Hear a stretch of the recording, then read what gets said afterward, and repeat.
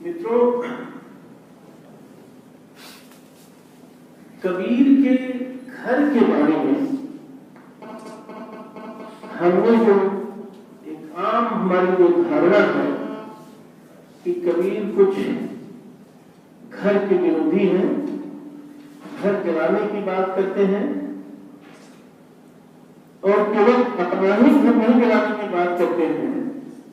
अगर कोई कबीर के साथ चलना चाहता है तो कबीर के साथ चलने की पूर्व शर्त है कि आप अपना घर जला करके आइए।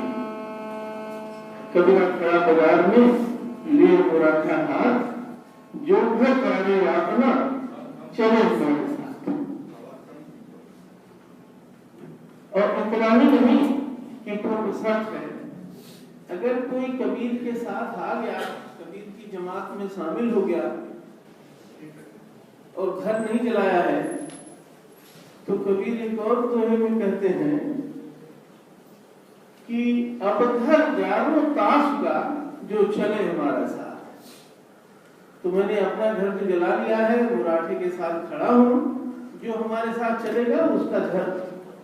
इतने सजग हैं कि कबीर को कोई आजकल जो चल रहा है ना, सारे प्रतीकों को गलत ढंग से हथियाया जा रहा है, तो कबीर को अगर हथियाने की कोशिश की गई तो वहां कबीर इतने सजग हैं कि जो बिना घर जलाए आएगा उसका घर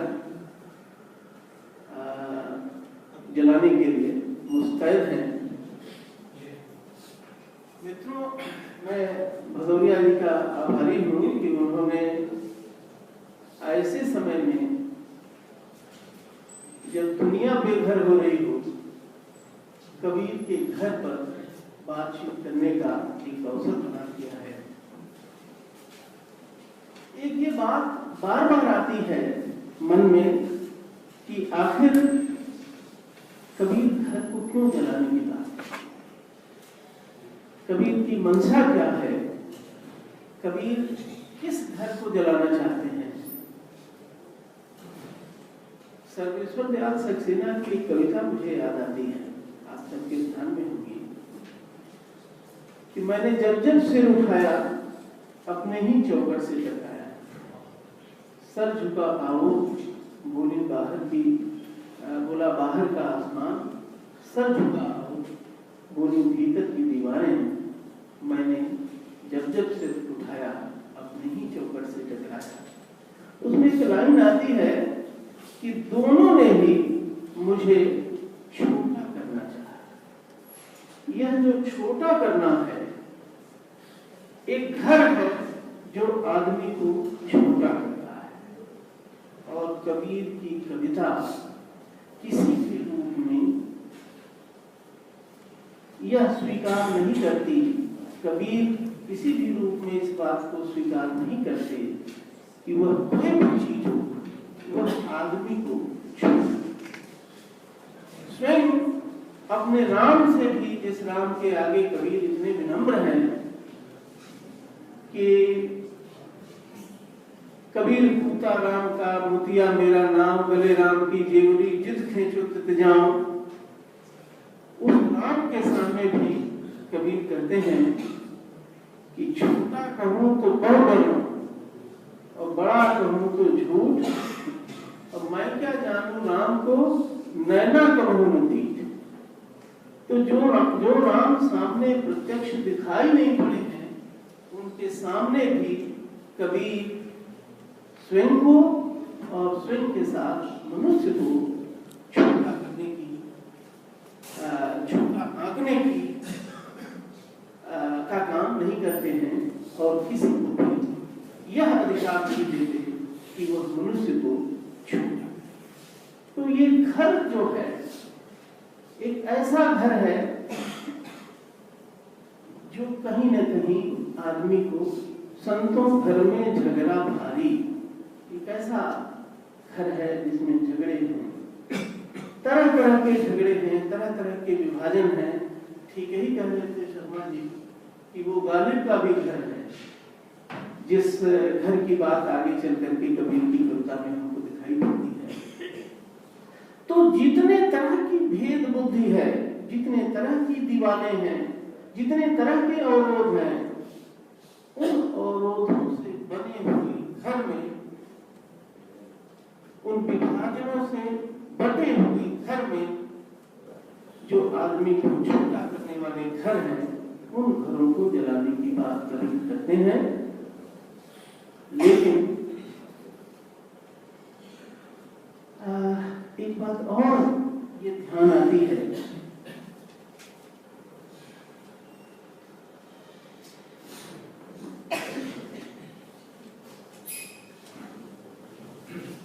कि 600 वर्ष से ज्यादा हो गया कबीर को हुए, और कबीर के साथ चलने वाले लोगों की कमी नहीं है। सारी दुनिया में ऐसे लोग मिल जाएंगे आपको जो सब कुछ अपना छोड़ छाड़ करके कबीर के साथ चलने के लिए तैयार है। हर आदमी की बहुत बड़ी जरूरत है, और कई बार हर आदमी के आदमी होने की शर्त है। ऐसे घर को जलाने के लिए और जलाकर कबीर के साथ चलने के लिए अगर लोग उद्यत हैं, प्रस्तुत हैं, तो जरूर कोई बात है, उस बात पर हम विचार करेंगे। रामचंद्र शुक्ल ने कबीर के बारे में लिखा है,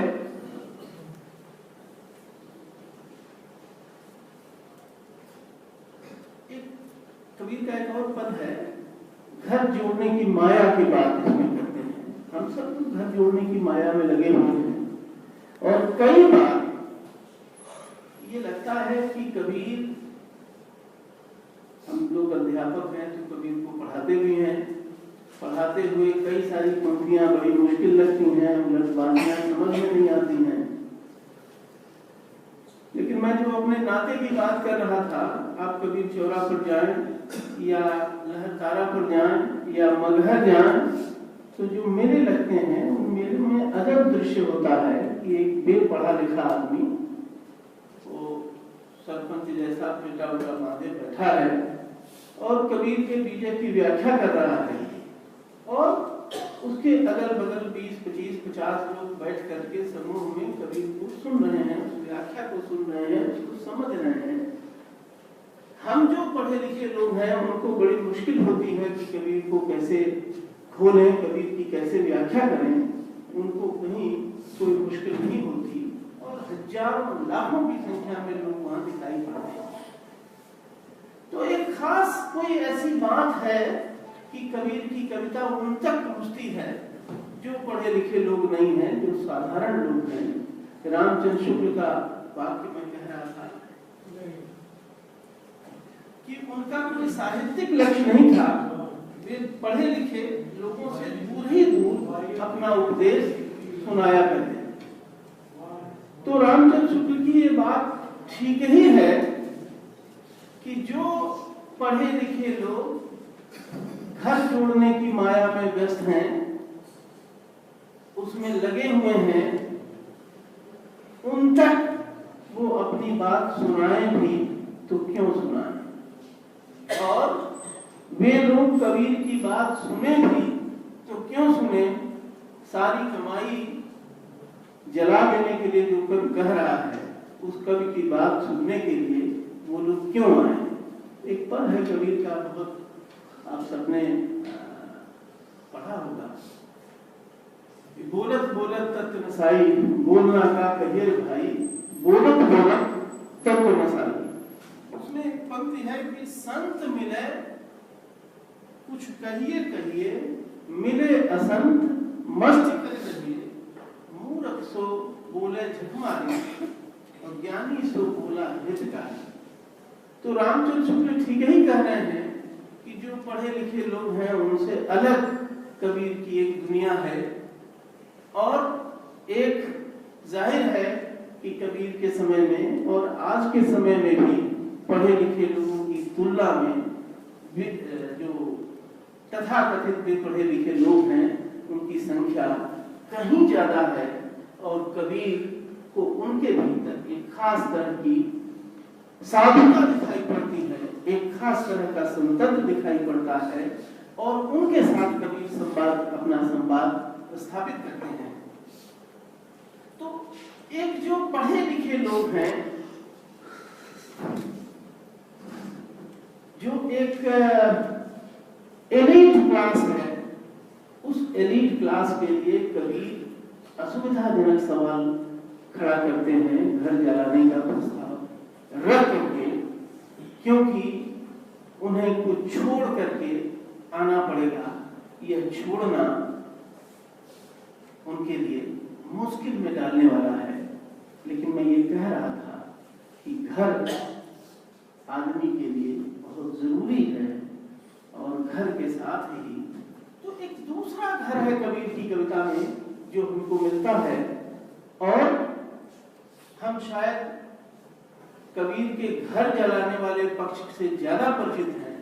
एक दूसरा पहलू है जहाँ कबीर घर बनाने की बात करते हैं, और घर बनाने की जो बात करते हैं, शायद जिस तरह का घर बनाने की बात कबीर करते हैं, उस घर में ही वो आकर्षण है जिस आकर्षण की वजह से 600 वर्षों से कबीर के साथ हमारा मन मिलता है, हमारी संवेदना मिलती है और हम कबीर के साथ चलने को तैयार होते हैं। वह कैसा घर है? एक पद है, आप सबने पढ़ा होगा, अवधू गगन मंडल घर कीजिए, अमृत झरे सदा सुख उपजे, बंक नाल रस पीजिए। हम लोग गूढ़ अर्थ के इतने अभ्यासी हैं कि कई बार कविता के साधारण अर्थ की हम उपेक्षा करते हैं। जैसे ही ये पद हमारे सामने आएगा, हम कुंडलनी में चले जाएंगे, हम कुंडलनी जागरण वगैरह सहस्त्रार्थ वगैरह की चर्चा करने लगेंगे। जो सीधा एक अर्थ निकल रहा है कि अवधू गगन मंडल घर कीजिए, अमृत झरे सदा सुख। कबीर को ऐसा घर चाहिए जिसमें अमृत बरसता हो, जिस घर में सदैव सुख मिलता हो। इस तरह के घर की को बनाने की बात कबीर कहते हैं और आग्रह करते हैं कि ऐसा घर बनाओ जिस घर में निरंतर अमृत की वर्षा होती रहे, जिस घर में निरंतर सुख हो, जिसमें किसी भी तरह का बांधपन न हो, किसी तरह का टेढ़ापन न हो, किसी तरह की ऐसी परिस्थितियां न हो जिसमें कि जिसकी वजह से घर में झगड़ा भारी पैदा होने की नौबत आए। कबीर ऐसा घर बनाने की बात करते हैं, और अगर ऐसा घर बन गया तो तब कबीर घर जलाने की नहीं, घर को बचाने की बात करते हैं, घर की रखवाली करने की बात करते हैं, और निरंतर हमको सचेत करते हैं और कहते हैं कि मन रे जागत रहिए भाई, गाफिल हो वस्तु मत खोवा, चोर मुसा घर जाए। तो थोड़ा भी गफलत में मत पड़ो, गफलत में पड़ोगे तो चोर तुम्हारे घर में घुस जाएगा और घर की वस्तुओं को चुरा लेगा। तो केवल एक तरफ घर जलाने की बात कर रहे हैं, ऐसे घर को जलाने की बात कर रहे हैं जो घर आदमी को छोटा करने पर आमादा है, आदमी को आदमी से बांटने पर आमादा है। उसके बरक्स एक ऐसे घर की रचना कबीर करना चाहते हैं जिस घर में अमृत झर रहा है, जिस घर में निरंतर सुख है, जिस घर में किसी भी तरह का, मुझे लगता है कि जो लोग कबीर के साथ चलना चाहते हैं वह भी ऐसा ही घर बसाना चाहते हैं, ऐसा ही घर बनाना चाहते हैं जिस घर में सदैव, ये बचपन में जब हम लोग कबीर को पढ़ते थे, और जाहिर है कि यही सारे दोहे कि कबीरा खड़ा बाजार में लिए मुराठा हाथ, जो घर जाने अपना चले हमारे साथ, तो ये दोहा पढ़ते थे तो ये मन में आता था कि आखिर कबीर ले जाना कहाँ चाहते हैं। बहुत बाद में इस जिज्ञासा का उत्तर मिला रैदास को पढ़ते। रैदास का एक प्रसिद्ध पद है, आप सब जानते हैं, विद्यार्थियों के लिए मैं उसको आज की हिंदी में पढ़ रहा हूँ।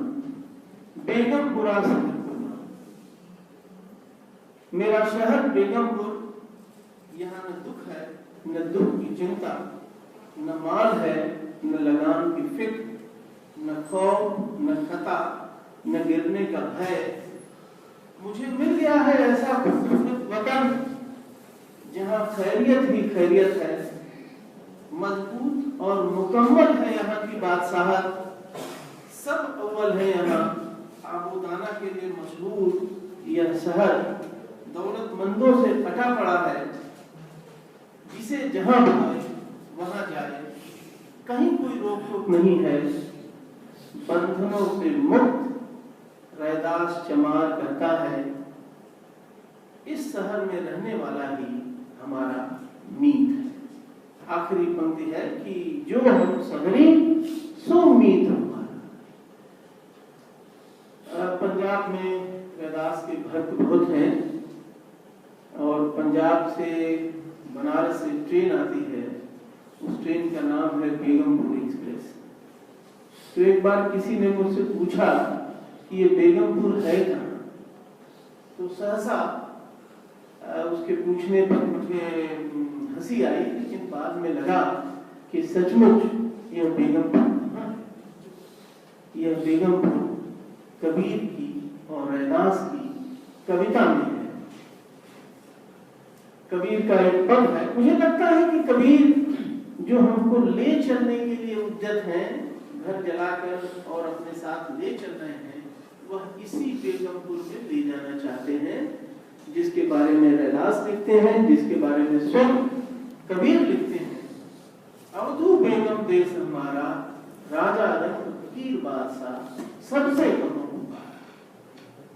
तुम जो आए झीने होकर, तज तो मन की बारा, ऐसी रहन रहो रे प्यारे, सहजे उतर जाओ प्यारा, धरन आकाश बिगन कछ नाही, नाही चंद नहीं तारा, सत्य धर्म की है महता में, साहेब के दरबारा, कहे कबीर सुनो हो प्यारे, सत्य धर्म है सारा। तो ये जो रैदास का बेगमपुर है और कबीर का बेगम देश है, यह इन दोनों कवियों की, संत कवियों की कल्पना का एक शहर है,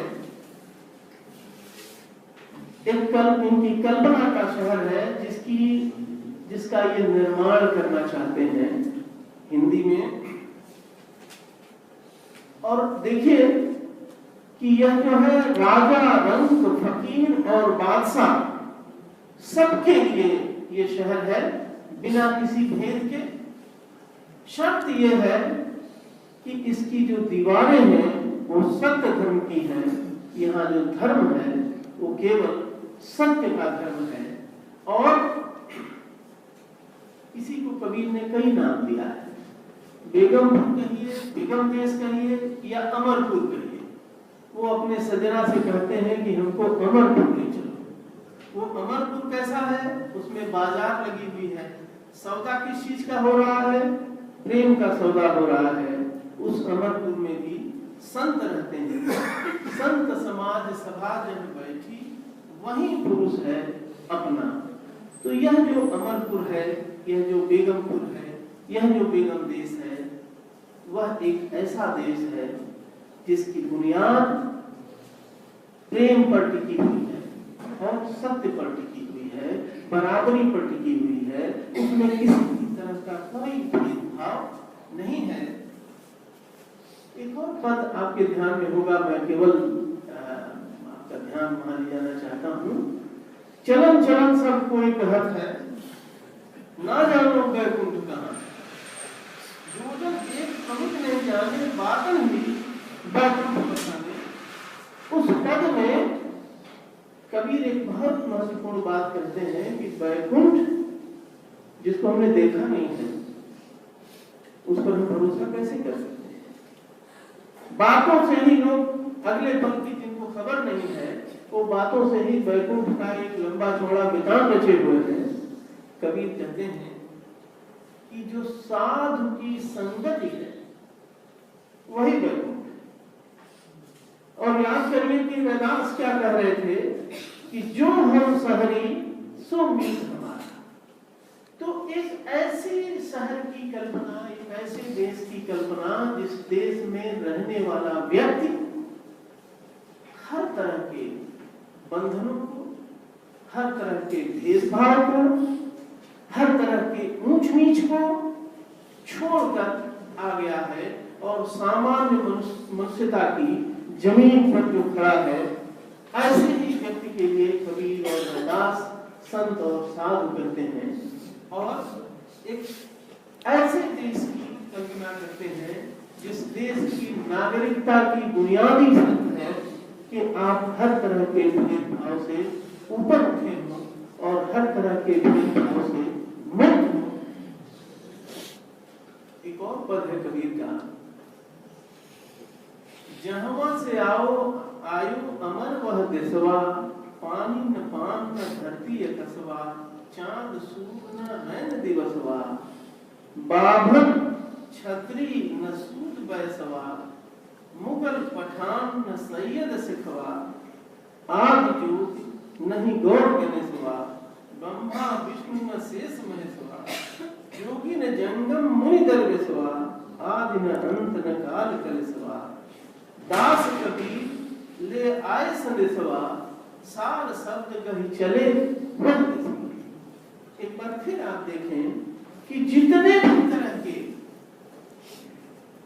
विभाजन हो सकते हैं, चाहे वह वर्ण का हो, चाहे वह धर्म का हो, चाहे वह जाति का हो, और चाहे वो साधना का ही क्यों न हो, जिसके आधार पर कोई ये दावा करे कि हम बाकी दुनिया से 4 इंच ऊपर हैं, उस हर विभाजन को, उस हर बुद्धि को के लिए इस बेगमपुर की, इस अमरपुर की नागरिकता संभव नहीं है, उसे नागरिकता इसकी नहीं मिलेगी। तो कबीर और रैदास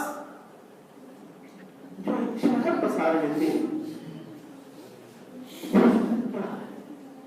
कभी क्या करता है दुनिया, जो हमारे सामने जो संसार है, हमारे सामने जो दुनिया है, तरह तरह के, कबीर का एक दोहा, और अगर मुझे याद आ रहा है तो पहली बार मैंने दूधमा जी से ही इसको सुना था, उन्हें आई बादरी बरसन लगा अंगार, उठ कबीरा धार में दाढ़न है संसार। बादल घिराए हैं, हम उम्मीद करते हैं कि बादल घिरेगा तो पानी बरसेगा, धरती नम होगी, वातावरण शीतल होगा, लेकिन ये छल बादल हैं, ये घिरते हैं और तुरंत अंगार बरसने लगता है। और उस समय उठ कबीरा धार दे दाझक है संसार, जलते हुए संसार को उस छल बादलों से बरस रहे अंगारे से जो जनता, जो लोग जल रहे हैं, उनको बचाने के लिए एक कवि, एक लेखक सामने आता है। तो ये जो हमारे समय का एक विकट यथार्थ है, जो मनुष्य और मनुष्य को बांटने में लगा हुआ है, जो मनुष्य और मनुष्य को आपस में लड़ाने में लगा हुआ है, उस यथार्थ के बरक्स कवि कल्पना का एक, जिसको यूटोपिया कहते हैं, एक यूटोपिया रिश्ता है, एक नई दुनिया का एक प्रस्ताव, एक खाका हमारे सामने पेश करता है, एक नए तरह के घर का, एक नए तरह के शहर का, एक नए तरह के देश का खाका कवि प्रस्तुत करता है। आखिर कवि करेगा क्या? यही तो कवि का नाम है। दिक्कत यह हुई कि आगे चल करके तुलसीदास ने जो राम राज्य की कल्पना की, उसकी बड़ी चर्चा हिंदी साहित्य में होती है। कबीर और रैदास की यह जो जो यूटोपिया है और तुलसीदास की जो यूटोपिया है, दोनों को आमने सामने रखकर देखें, दोनों में कोई फर्क नहीं। और रैदास और कबीर तुलसी से कम 100 साल पहले हुए, लेकिन रैदास और कबीर के यूटोपिया की कभी साहित्य के इतिहास में बहुत चर्चा नहीं हुई। क्यों नहीं हुई, इस पर आज बात नहीं करेंगे, कभी फिर मौका मिलेगा तो करेंगे। फर्क सिर्फ इतना है कि कबीर और रैदास के यहाँ सत्य धर्म, तुलसीदास उसमें एक लाइन पर जोड़ देते हैं निज निज धर्म, और सिर्फ इतने से ही काफी फर्क पड़ जाता है। और जो फर्क पड़ता है उसी वजह से तुलसी के यूटोपिया की तो हम चर्चा करते हैं, कबीर के और रैदास के यूटोपिया की चर्चा नहीं करते हैं।